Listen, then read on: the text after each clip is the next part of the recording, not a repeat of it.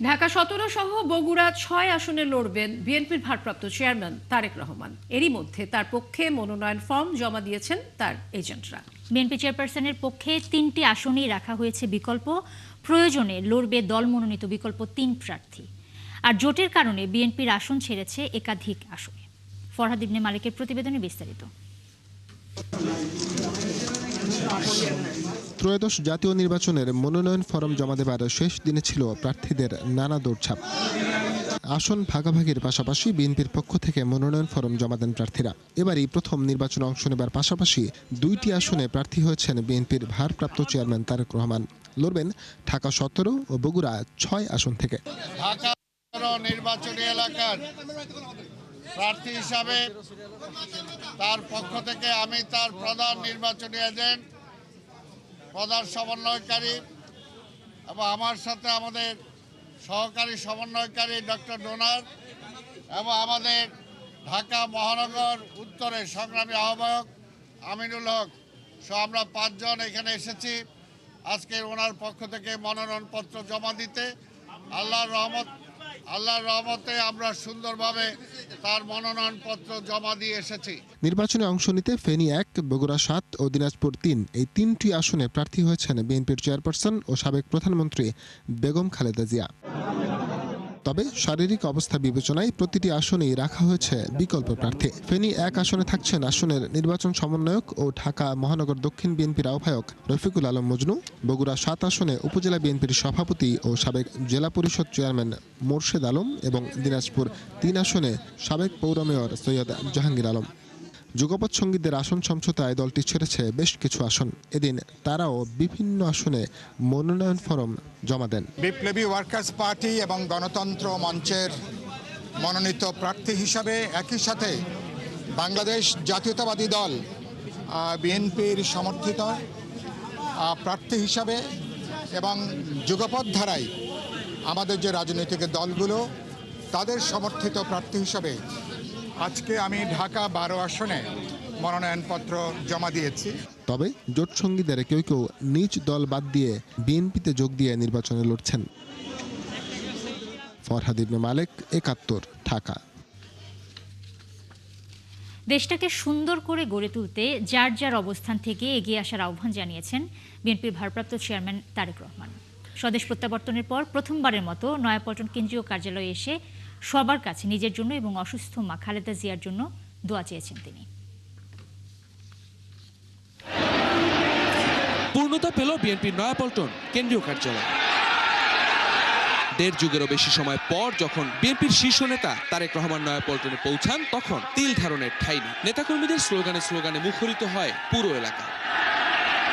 উপস্থিত নেতাকর্মীদের উদ্দেশ্যে সংক্ষিপ্ত বক্তব্য রাখেন তারেক রহমান। কেন্দ্রীয় কার্যালয়ের সামনের সড়কে ভিড় করে সাধারণ মানুষের দুর্ভোগ সৃষ্টি না করতে আহ্বান জানান তিনি। আমরা যদি এখন এই রাস্তাটা বন্ধ করে রাখি তাহলে সাধারণ মানুষের চলাফেরার অসুবিধা হবে। যেহেতু আমাদের আজকে এখানে কোনো কর্মসূচি নেই, সেই জন্য আমরা চেষ্টা করি যত দ্রুত সম্ভব রাস্তাটাকে খুলে দেওয়ার জন্য, যাতে সাধারণ মানুষ চলাফেরা করতে পারে স্বাভাবিকভাবে। শুভেচ্ছা বক্তব্যে দেশকে নতুন করে গড়ে তুলতে যার যার অবস্থান থেকে কাজ করার নির্দেশনা দেন দলের এই হাইকমান্ড। আমাদের যার যতটুকু অবস্থান আছে সেখান থেকে আসুন, আমরা আমাদের দেশটাকে নতুন করে গড়ে তোলার চেষ্টা করি। যার পক্ষে যতটুকু সম্ভব আমরা সচেষ্ট হই দেশের জন্য। কোথাও যদি রাস্তায় একটি কাগজ পড়ে থাকে, ময়লা হয়ে থাকে, দরকার হলে সেটাকে আমরা সরিয়ে দিব। এভাবে ছোট ছোট করে কাজ করার মাধ্যমে আমরা দেশটাকে গড়ে তুলে আসুন। অসুস্থ মা বেগম খালেদা জিয়ার সুস্থতা ও নিজের জন্য দোয়াও চান বিএনপির ভারপ্রাপ্ত চেয়ারম্যান। সকলে ভালো থাকবেন ইনশাআল্লাহ, আমার জন্য দোয়া করবেন। দেশের যে খালেদা জিয়ার সুস্থতার জন্য দোয়া করবেন।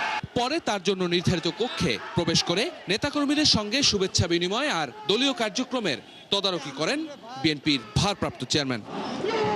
নয়াপল্টন কেন্দ্রীয় কার্যালয়ে আসলেন বিএনপির ভারপ্রাপ্ত চেয়ারম্যান তারেক রহমান এবং এর মধ্য দিয়ে দীর্ঘ 1.5 দশকের অপেক্ষার অবসান হলো। এবং আজকে এখানে এসে তিনি যেই বার্তাটি দিলেন সেটিও আসলে ঐক্যের বার্তা এবং দেশের জন্য যার যার অবস্থান থেকে যতটুকু সম্ভব ততটুকু করার আহ্বান জানালেন বিএনপির এই শীর্ষ নেতা। শফিকুল হক, ৭১, ঢাকা। মনোনয়নপত্র জমা দেওয়া নিয়ে লেজে গোবরে অবস্থা নতুন গঠিত জামায়াত ইসলামী নেতৃত্বাধীন 10 দলের জোটের। ইসলামী আন্দোলন 300 আসনেই মনোনয়ন জমা দিয়েছে। দলটির এক নেতা জানান, শেষ পর্যন্ত তারা সমঝোতার চেষ্টা করবেন। আর মনোনয়ন জমা দিয়েছেন জামাত ও এনসিপির প্রার্থীরা, তবে সঠিক সংখ্যা এখনো জানা যায়নি। আরও জানাচ্ছেন মাইনুল মারুফ।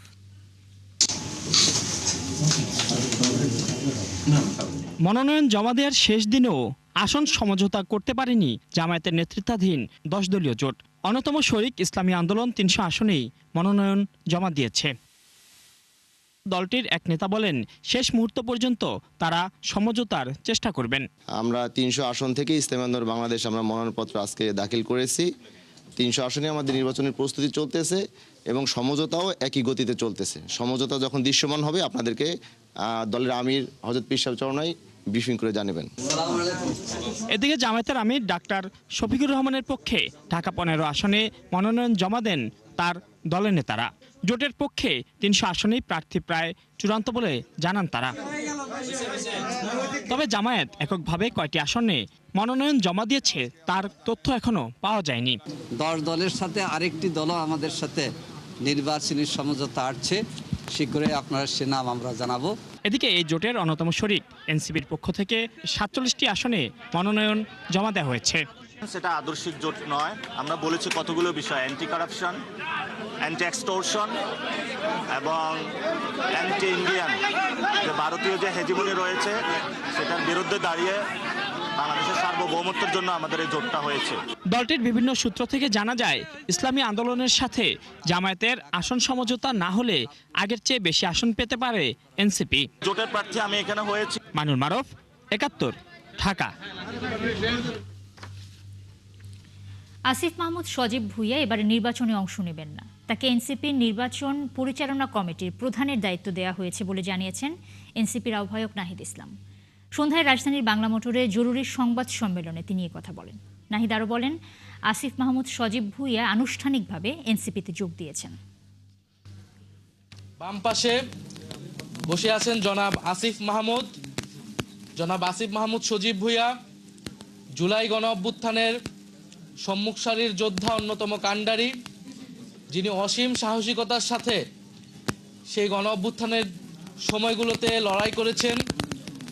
মার্চ টু ঢাকা আসার কর্মসূচি যার মুখ থেকে ঘোষণা হয়েছিল এবং এই গণ অভ্যুত্থান পূর্ববর্তী সময়েও বিশ্ববিদ্যালয় জীবনে তিনি ফ্যাসিবাদের বিরুদ্ধে ছাত্রদের পক্ষে সবসময় লড়াই করেছিলেন।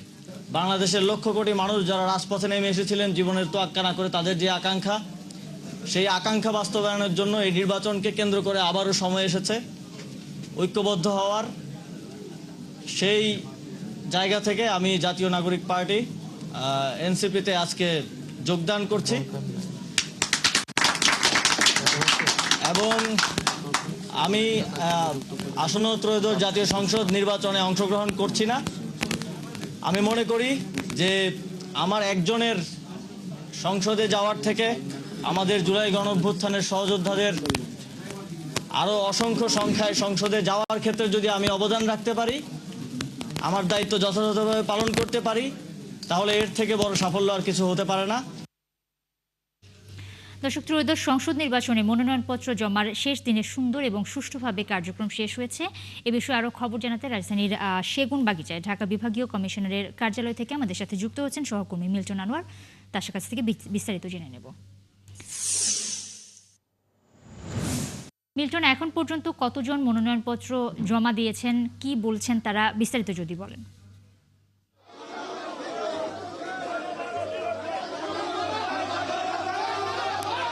নুসরাত, আপনি জানেন যে ঢাকায় এই যে বিভাগীয় কমিশনারের কার্যালয়ে 13টি আসনের প্রার্থীরা তাদের মনোনয়নপত্র জমা দেওয়ার আজকে শেষ দিন। বিকেল 5টার মধ্যে মনোনয়নপত্র জমা দেওয়ার জন্য সময়সীমা বেঁধে দেওয়া ছিল এবং 5টার মধ্যে যারা বিভাগীয় কমিশনারের কার্যালয়ে প্রবেশ করেছেন তাদের প্রত্যেকের মনোনয়নপত্র জমা নেওয়া হয়েছে। এখনও পর্যন্ত সেই মনোনয়নপত্রগুলোর যে জমা নেওয়ার যে কার্যক্রম, সেই কার্যক্রম কিন্তু শেষ হয়নি। এর আগে রিটার্নিং কর্মকর্তা জানিয়েছিলেন যে 250টি মনোনয়নপত্র বিক্রি হয়েছিল এবং যার মধ্য থেকে এখনো পর্যন্ত আমাদের সর্বশেষ যে তথ্য তার মধ্যে 81টি মনোনয়নপত্র জমা পড়েছে এবং যার মধ্যে বিএনপির প্রার্থীরা আছেন, জামায়াত ইসলামের প্রার্থীরা আছেন, জামায়াত ইসলামের সমর্থিত এনসিপি জোটের যে নতুন যে জোট সেই জোট প্রার্থীরা আছেন, জাতীয় পার্টির প্রার্থীরা আছেন অন্যান্য রাজনৈতিক দলের প্রার্থীরাও। কিন্তু এখনো পর্যন্ত ঠিক কতগুলো জন প্রার্থী 250 জনের যারা মনোনয়নপত্র কিনেছিলেন বা মনোনয়নপত্র সংগ্রহ করেছিলেন তাদের মধ্য থেকে ঠিক কতজন মনোনয়নপত্র জমা দিয়েছেন সেই হিসেবটা কিন্তু আমরা এখনো পর্যন্ত পূর্ণাঙ্গ হিসাবটি পাইনি। আমাদের কাছে সর্বশেষ হিসাব অনুযায়ী 81 জনের মনোনয়নপত্র জমার কথা আমরা জেনেছি রিটার্নিং কর্মকর্তার কার্যালয়ের সূত্রে এবং হয়তো আর কিছুক্ষণের মধ্যেই পূর্ণাঙ্গ ফলাফল জানা যাবে। এবং এর মধ্যে আমরা প্রার্থীদের সঙ্গে কথাও বলেছি যারা মনোনয়নপত্র জমা দিতে এসেছিলেন এবং তারা প্রত্যেকেই জানিয়েছেন যে তারা বাংলাদেশের গণতন্ত্র ফিরিয়ে আনবার জন্যে যে সংস্কার প্রক্রিয়া আছে সেই সংস্কার প্রক্রিয়াকে এগিয়ে নেওয়ার জন্য তারা এবং নতুন একটি বাংলাদেশ গঠন করবার জন্য তারা নির্বাচন করছেন এবং এই নির্বাচনের মধ্য দিয়ে বাংলাদেশ গণতন্ত্রের পথে আরেক ধাপ উত্তরণ করবে সেই আশাবাদ রয়েছে এবং সে কারণেই তাদের এই নির্বাচনে অংশ নেয় এবং তারা বলছেন যে এটি একটি অনেক আকাঙ্ক্ষিত প্রত্যাশিত ভোট এবং সেই ভোট যাতে সুষ্ঠুভাবে সম্পন্ন হয় সেই প্রত্যাশা তারা করেছেন এবং কেউ কেউ নিরাপত্তা নিয়েও শঙ্কা প্রকাশ করেছেন। নুসরাত। মিল্টন, অনেক ধন্যবাদ আপনাকে। দর্শক, ঢাকা বিভাগীয় কমিশনারের কার্যালয় থেকে যুক্ত হয়েছিলেন সহকর্মী মিল্টন আনোয়ার। দর্শক, আপনাদের যেমনটা জানাচ্ছিলাম, ত্রয়োদশ সংসদ নির্বাচনে মনোনয়নপত্র জমার শেষ দিনে সুন্দর এবং সুষ্ঠুভাবে কার্যক্রম শেষ হয়েছে। বেশিরভাগ দলের মনোনীত এবং সম্ভাব্য স্বতন্ত্র প্রার্থীরা মনোনয়নপত্র জমা দিয়েছেন। এ সময় প্রার্থীদের মধ্যে দেখা যায় ব্যাপক উৎসাহ উদ্দীপনা। সহকর্মীদের পাঠানো তথ্য ছবিতে প্রতিবেদন। মনোনয়নপত্র জমার শেষ দিনে জমা দিতে আসা সম্ভাব্য প্রার্থী ও সমর্থকদের ব্যাপক উৎসাহ উদ্দীপনা দেখা গেছে। মনোনয়নপত্র জমা দিয়েছেন সিলেট 2 আসনের বিএনপি মনোনীত প্রার্থী তাহসিনা রুজদির, লুনা ও তার ছেলে ব্যারিস্টার আবরার ইলিয়াস অর্ণব। এছাড়াও সিলেট 1, সিলেট 3 ও সিলেট 4 আসনে বিএনপি মনোনীত প্রার্থীরা মনোনয়নপত্র জমা দিয়েছেন। নারায়ণগঞ্জ 1, রূপগঞ্জ আসনে বিএনপির মনোনীত প্রার্থী মুস্তাফিজুর রহমান ভূঁইয়া দীপু মনোনয়নপত্র জমা দিয়েছেন। শেষ দিনে ময়মনসিংহ বিএনপির মনোনীত প্রার্থী আখতারুজ্জামান বাচ্চু, আবু ওয়াহাব আকন ও জাকির হোসেন বাবুল মনোনয়নপত্র জমা দিয়েছেন। মাদারীপুর 2 আসনে মনোনয়নপত্র জমা দিয়েছেন বিএনপি মনোনীত প্রার্থী ও মাদারীপুর জেলা বিএনপির সদস্য সচিব জাহানদার আলী মিয়া। মৌলভীবাজার 3 আসনে বিএনপির প্রয়াত সাবেক অর্থমন্ত্রী এম সাইফুর রহমানের ছেলে ও সাবেক এমপি এম নাসের রহমান সহ 4টি আসনে সম্ভাব্য প্রার্থীরা মনোনয়নপত্র জমা দেন। মনোনয়নপত্র দিয়েছেন নোয়াখালীর 6টি সংসদীয় আসনে বিএনপি জামাত সহ বিভিন্ন দল থেকে মনোনীত প্রার্থীরা। গাইবান্ধার 5টি আসন থেকে বিভিন্ন দলের ও স্বতন্ত্র প্রার্থী হিসেবে 59 জন প্রার্থী মনোনয়নপত্র গ্রহণ করেছিলেন, তারাও মনোনয়নপত্র জমা দিয়েছেন। এছাড়াও শেষ দিনে কিশোরগঞ্জের ভৈরবে, খাগড়াছড়ি, চাঁপাইনবাবগঞ্জ ও জামালপুরে বিভিন্ন দল ও স্বতন্ত্র সম্ভাব্য প্রার্থীরা মনোনয়নপত্র জমা দিয়েছেন। আগামী ত্রয়োদশ জাতীয় সংসদ নির্বাচনের আমেজ যখন তুঙ্গে, তখন নির্বাচন থেকে সরে আসার ঘোষণাও দিচ্ছেন কেউ কেউ। সাবেক তথ্য উপদেষ্টা মাহফুজ আলমের নামে মনোনয়ন ফর্ম সংগ্রহ করা হলেও তিনি নির্বাচনে প্রতিদ্বন্দ্বিতা করবেন না বলে জানিয়েছেন। নির্বাচন থেকে সরে দাঁড়িয়েছেন সাবেক মন্ত্রী এবং জাতীয় পার্টির চেয়ারম্যান আনোয়ার হোসেন মঞ্জু। এছাড়াও নির্বাচন করবেন না বলে জানিয়েছেন বঙ্গবীর কাদের সিদ্দিকী। মামুন হোসেনের রিপোর্টে বিস্তারিত। নির্বাচনের উত্তাপ যখন চরমে, মনোনয়নপত্র জমা দিতে প্রার্থীদের ভিড়, ঠিক তখনই কেউ কেউ নির্বাচন থেকে সরে দাঁড়ানোর ঘোষণা দিচ্ছে। আগামী ত্রয়োদশ জাতীয় সংসদ নির্বাচনে লক্ষ্মীপুর 1 আসন থেকে সাবেক তথ্য উপদেষ্টা মাহফুজ আলমের নামে মনোনয়ন সংগ্রহ করা হলেও তিনি নির্বাচনে প্রতিদ্বন্দ্বিতা করবে না বলে জানান মাহফুজ আলমের ভাই মাহবুব আলম। অবকাঠামোতে যে পরিবর্তন হয়েছে, সাবেক মন্ত্রী ও জেপির চেয়ারম্যান আনোয়ার হোসেন মঞ্জু আসন্ন নির্বাচনে মনোনয়ন সংগ্রহ করলেও জমা দেননি শেষ দিন।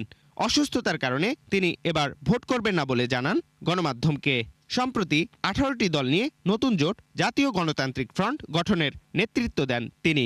আল্লাহর সামনে গালি দিলে তোমার মন খারাপ হয় না, আর সাধারণ মানুষের সামনে গালি দিলে মন খারাপ হয়।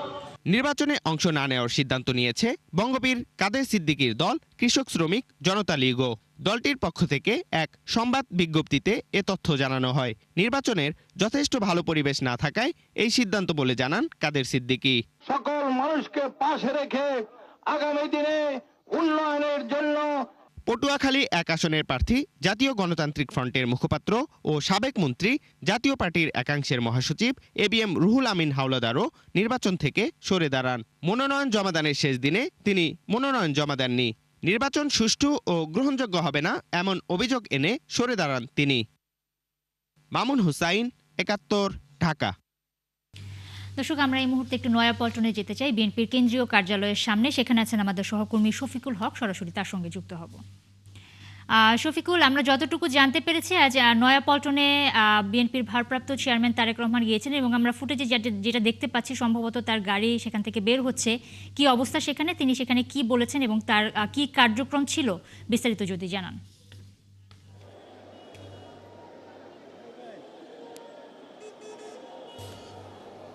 এরশাদ, শুরুতেই বলে রাখি, প্রায় 3.5 ঘন্টা অবস্থান করলেন বিএনপির ভারপ্রাপ্ত চেয়ারম্যান তারেক রহমান এই নয়াপল্টনে যে কেন্দ্রীয় কার্যালয়টি রয়েছে বিএনপির, সেই কেন্দ্রীয় কার্যালয়ের সামনে। এবং এই 3.5 ঘন্টায় আমরা যতটুকু খবর পেয়েছি, এখানে স্থানীয় যেই নেতৃবৃন্দ এখানে ছিলেন, উপস্থিত ছিলেন, তাদের সাথে কুশল বিনিময় করেছেন এবং এই দলীয় যেই কার্যালয়টি নতুন করে সাজানো হয়েছে সেসব বিষয়ে আসলে তদারকি করছিলেন বিএনপির ভারপ্রাপ্ত চেয়ারম্যান তারেক রহমান। তবে এখন তিনি বের হয়ে গিয়েছেন অলরেডি। তিনি গাড়িতে, তার যে গাড়িবহর সেটি এই মুহূর্তে যাত্রা শুরু করেছে। তার যে গুলশানের বাসভবন রয়েছে, গুলশান এভিনিউর 196 নম্বর বাসাটি, সেই বাসার উদ্দেশ্যে তিনি যাত্রা শুরু করেছেন। এখান থেকে তিনি সেখানেই যাবেন। তবে নেতাকর্মীদের যেই উপস্থিতি আপনি ছবিতে হয়তো দেখে থাকবেন, এখানে তারেক রহমান যখন এসে স্বাগত বক্তব্য এখানে রাখলেন, তখন নেতাকর্মীদের উদ্দেশ্যে তিনি বলেছিলেন যে কেন্দ্রীয় কার্যালয়ের সামনে থেকে তাদের সরে যাওয়ার জন্য। তবে নেতাকর্মীদের আবেগ আর ভালোবাসার কাছে সেই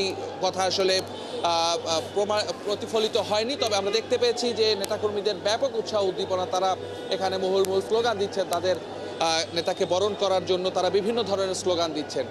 এটি আসলে আমরা অনেক নেতাকর্মীর সাথে কথা হয়েছে আমাদের। এই মুহূর্তে বিএনপির সিনিয়র যুগ্ম মহাসচিব রুহুল কবির রিজভী, তিনি গণমাধ্যমে ব্রিফিং করছেন। আমরা একটু সরাসরি যদি তার বক্তব্যে যাই, তিনি আসলে কি বলেন। তাকে নিপীড়ন করা হয়েছে, নির্যাতন করা হয়েছে, গ্রেপ্তার করা হয়েছে, কারাগারে রাখা হয়েছে। এই ভয়াবহ উৎপীড়নের মধ্যে তারপরে তাকে দেশ থেকে দেশ ছাড়তে বাধ্য করা হয়। বন্ধুরা, এইরকম পরিস্থিতি এবং তাকে যেভাবে আহত করা হয়েছিল নির্যাতনে, তাকে চিকিৎসার জন্য বাইরে যেতে হয়।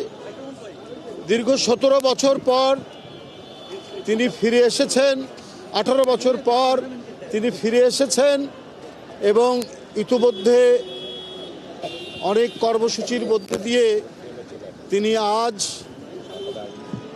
দলের প্রধান কার্যালয় নয়াপল্টনে বিএনপির প্রধান কার্যালয়ে এসে তিনি উপস্থিত হন এবং অসংখ্য নেতাকর্মীর প্রাণের উচ্ছ্বাসের মধ্যে দিয়ে তাকে অভ্যর্থনা জানানো হয় এবং তিনি কেন্দ্রীয় কার্যালয়ে তার যে কক্ষ, সেখানে বসে থেকে দলের নানা স্তরের নেতাকর্মী, বিভিন্ন অঙ্গ সংগঠন, সহযোগী সংগঠন এবং আমাদের অফিসের যারা স্টাফ, সকলের সাথে তিনি মত বিনিময় করেন, তাদের সাথে কথা বলেন, কুশলাদি বিনিময় করেন। বন্ধুরা, আজকে এই পল্টনের সামনে দীর্ঘ 18 বছর পর পেয়ে আপনারা বিশ্বাস করবেন নিশ্চয়ই, কারণ আপনারা আমাদের সাথে অনেক সুখে দুঃখে ফ্যাসিবাদের আমলের সীমাহীন নিপীড়নের মধ্যে আপনারা সহযোগিতা করেছেন। আপনারা জানেন যে আমাদের দলের নেতাকর্মীরা কি পরিমাণ তারা স্বৈরাচারী সরকারের উৎপীড়নের শিকার হয়েছে, নির্যাতনের শিকার হয়েছে। দর্শক, আমরা নয়াপল্টনে ছিলাম। সেখানে আজকে নয়াপল্টনে কেন্দ্রীয় কার্যালয়ে বিএনপির ভারপ্রাপ্ত চেয়ারম্যান তারেক রহমান গিয়েছিলেন এবং বিএনপি নেতাদের সাথে মত বিনিময় করেছেন। সেই বিষয়টি আপনাদের জানাচ্ছিলাম।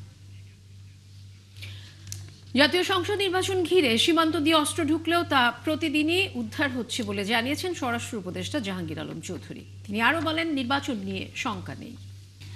আর কোনো অপরাধী যেন সীমান্ত দিয়ে পালাতে না পারে সে বিষয়ে বিজিবিকে কঠোর অবস্থানে থাকার নির্দেশ দেওয়া হয়েছে। সোমবার বিজিবি দিবসে অংশ নেন স্বরাষ্ট্র উপদেষ্টা। আরও জানাচ্ছেন সাজিদ সরকার।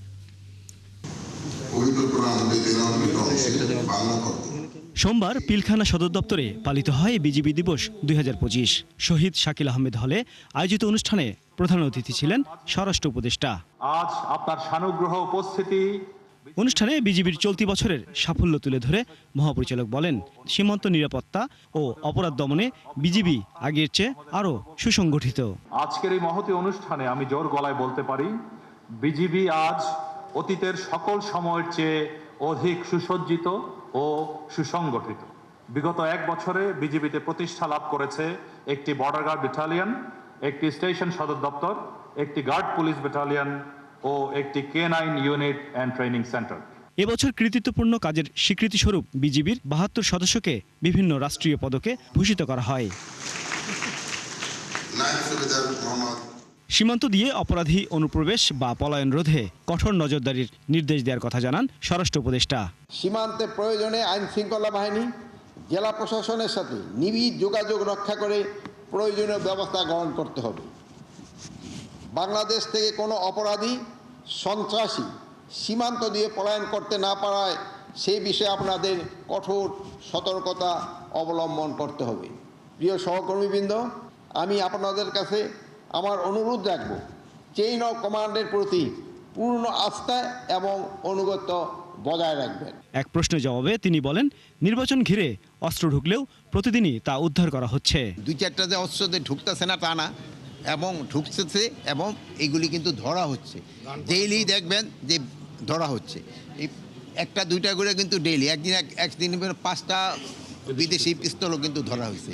মানে কোনো রকমের কোথাও ছাড় দেওয়া হচ্ছে না।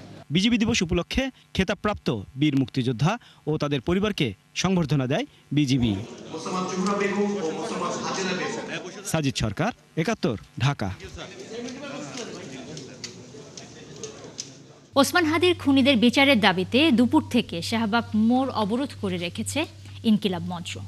বিচার না হওয়া পর্যন্ত তারা কেউ নির্বাচনে অংশ নেবেন না বলে সাফ জানিয়ে দিয়েছেন সংগঠনটির সদস্য সচিব আব্দুল্লাহ আল জাবের। আরও বলেন, হাদির আবেগ বিক্রি করে তাদের কেউ নির্বাচন করবেন না ঢাকা 8 আসনে।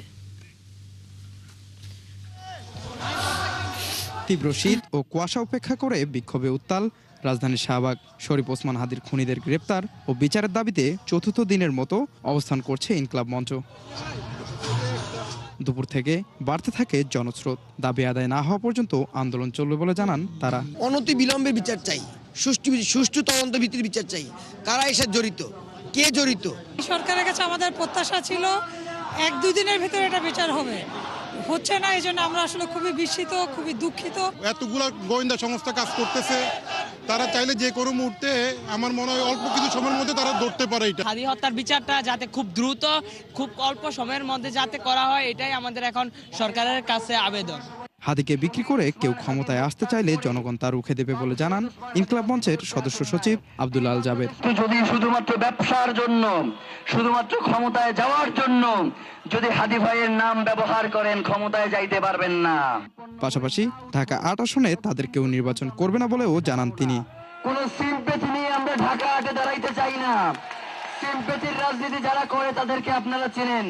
ইনকিলাব মঞ্চ কোনোদিন সিম্পেথির রাজনীতি করবে না, এটা আপনাদেরকে নিশ্চয়তা দিচ্ছি। এর আগে খুনিদের বিচার, ভারতীয়দের ওয়ার্ক পারমিট বাতিল সহ 4 দফা দাবিতে আন্দোলনের ঘোষণা দেয় ইনকিলাব মঞ্চ। রায়হান কবির, 71, ঢাকা। জাতীয় সংসদ নির্বাচন ঘিরে লক্ষ্মীপুরের প্রতিটি অঞ্চলেই বইছে নির্বাচনী আমেজ। নানা ভাবনায় ব্যস্ত জেলা সাধারণ ভোটাররা, বাদ নেই নারীরাও। তারা এবার চাইছেন নতুন নেতৃত্ব, নারী বান্ধব একটি সমাজ। কেন্দ্রে গিয়ে ভোট দিতে চান, নির্বাচিত করতে চান এমন একজন প্রতিনিধি যিনি নারীর সার্বিক উন্নয়নে গুরুত্ব দেবেন। আতোয়ার মুনিরের তথ্য ছবিতে প্রতিবেদন। আসন্ন নির্বাচন নিয়ে আগ্রহী লক্ষ্মীপুরের নারী ভোটাররা। তারা এবার শুধু ভোটার নয়, পরিবর্তনের প্রত্যাশায় সোচ্চার। এবার একটি সুষ্ঠু ও নিরপেক্ষ ভোট চান নারীরা। সেই সাথে নিরাপদে কেন্দ্রে যাবার নিশ্চয়তাও চান। তারা বলছেন, সুষ্ঠু ও নিরপেক্ষ নির্বাচনের জন্য সবচেয়ে জরুরি হচ্ছে নিরাপদ ভোটের পরিবেশ। গত বছর যে নির্বাচনটা হয়েছিল, আমি আমার প্রায় 14 কিলোর মতো হেঁটে আমি যাই ভোট দেওয়ার জন্য ভোট কেন্দ্রে, কিন্তু যখন আমি ভোট কেন্দ্রে পৌঁছাই তখন শুনি যে আমার ভোটটা দেওয়া হয়ে গেছে। তো আমি এমন ভোট চাই না যে আমার ভোটটা আগেই হয়ে যায়। আমি অনেক আশাবাদী যে আমি এবার ভোট দিব এবং যে আমার পছন্দের যে প্রার্থী রয়েছে বা তাদেরকে ভোট দিতে পারবো এবং আমাদের দেশে। দর্শক, চলছে সংবাদ সংযোগ। সরাসরি সংবাদ অনুষ্ঠান দেখতে চোখ রাখুন একাত্তরের ফেসবুক পেজে এবং সাবস্ক্রাইব করুন একাত্তরের ইউটিউব চ্যানেল। একাত্তরের সাথে।